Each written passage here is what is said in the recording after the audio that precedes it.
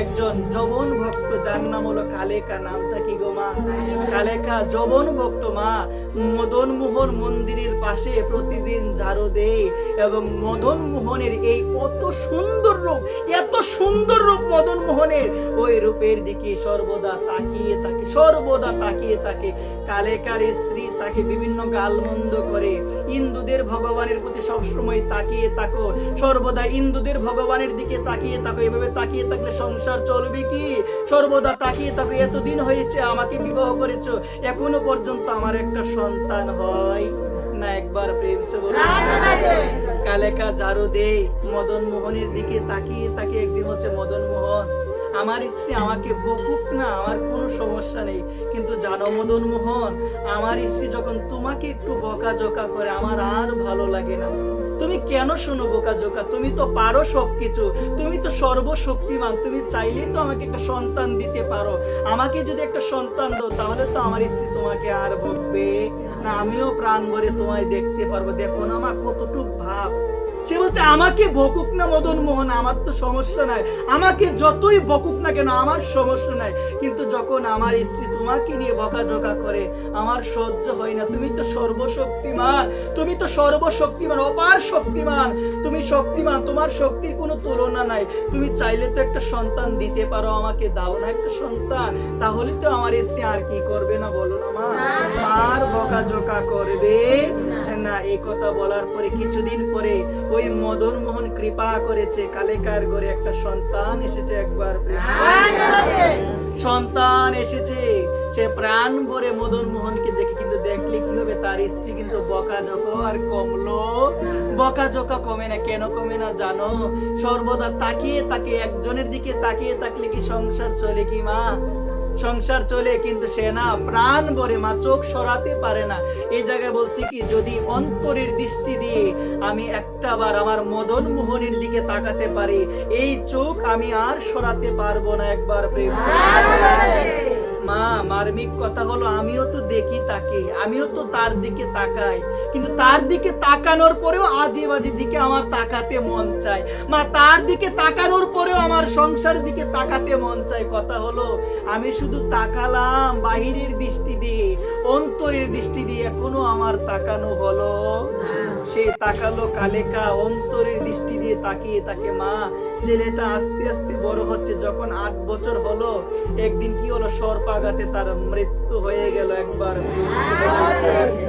মৃত্যু হওয়ার পরে অনেক ধরনের বকাঝকা করছে, ওই মদন মোহনকেও বকছে, ওই কালেকাকেও বকছে। কালেকা তখন চিন্তা করলো, প্রভু গো, আমি তোমাকে আগেই বলেছিলাম আমার স্ত্রী আমাকে বকুক, আমাকে বকুক, আমার সমস্যা নেই প্রভু, সব তো তোমার ইচ্ছা। আমার ছেলের এতদিন আয়ু ছিল, তার কারণে তার মৃত্যু হয়েছে, আমাকে বকুক, আমার কোনো সমস্যা নাই, ছেলে মারা গিয়েছে, আমার দুঃখ নাই, আমার দুঃখ নাই, সব তো তোমার ইচ্ছা। কিন্তু আমার স্ত্রী আজকে তোমাকে বকছে, আমার স্ত্রী আজকে তোমাকে বকছে, আমার আর সহ্য হচ্ছে না। তার স্ত্রী ওই মৃত সন্তানকে কুলে করে মদন মোহনের মন্দিরের সামনে নিয়ে আসলো। একবার নিয়ে আসার পরে কালেকাকেও বকছে, ওই মদন মোহনকেও বকছে। দেখো মা, বকছে, অনেক কান বকছে। বকার পরে কালেকা ভগবানের দিকে তাকিয়ে তাকিয়ে বলছে, প্রভু আমার আর ভালো লাগছে না, তোমাকে এত বকা বকছে, আমার আর ভালো লাগছে না প্রভু গো, তুমি একটু দয়া করো না, তুমি একটু দয়া করো না, তুমি চাইলে তো সব কিছু পারো, তুমি যদি আমার সন্তানের প্রাণটা ফিরিয়ে দাও তাহলে আমার স্ত্রী তো তোমায় বকবে না, আমিও তোমার দিকে ভালোভাবে তাকাতে পারবো। একবার এই কথা বলার পরে, এই কথা যখনই ভক্ত নিবেদন করলো, দেখো মা, ভক্ত নিবেদন করলে ভগবান থাকতে পারে না। ভক্ত যদি নিবেদন করে সরল মনে, আমার ভগবান থাকতে পারে না। এখানে তো বলছে ডাকার মতো ডাকলে ভগবান তো ওই জায়গায় থাকতে পারে না, তোমার কাছে আসতে বাধ্য। শুধু তুমি একটাবার প্রাণ ভরে, একটাবার অন্তর দিয়ে, একটাবার প্রাণ ভরে, আকুল ভরে তাকে বলো জয় নিতাই, একটাবার ডাকো না। আজকে সে যখন বলল, প্রভু তুমি চাইলে তো সব পারো, দাও না ফিরিয়ে, দিলে তো আর ভোগবে না। তখন ভগবান কি করলো, সঙ্গে সঙ্গে ভগবান প্রকটিত হয়ে, কেউ দেখতে পেল না, কেউ দেখতে পেল না, ছেলের মাথায় হাত রাখলো, সঙ্গে সঙ্গে ছেলেটা জীবিত হয়ে গেল। একবার বাস্তব ঘটনা মা, কোনো গল্প কথা নয়, বাস্তব ঘটনা বলছে। ছেলেটা জীবিত হয়ে গেল। জীবিত হওয়ার পর মাকে বলছে, মা মা ওই লোকটা কোথায়, যাকে আমি দেখেছি একটু আগে, ওই লোকটা কোথায়? বলছে কে? বলছে মা যেন একজন সুন্দর, অনেক সুন্দর। সে না মা আমার মাথায় হাত রেখেছিল, সঙ্গে সঙ্গে আমার প্রাণ ফিরে এসেছে। ওমা সে কোথায়? বারবার মদন মোহনের মন্দিরের দিকে তাকাচ্ছে তাকাচ্ছে, তাকাতে তাকাতে হঠাৎ নজর গেল বিগ্রহের দিকে। মাকে বলো, ও মা ওই ব্যক্তিটাই আমার মাথায় হাত রেখেছিল, ওই ব্যক্তিটাই রেখেছিল মা, ওই ব্যক্তিটা সঙ্গে সঙ্গে চলে গিয়েছে একবার প্রেম ছিল।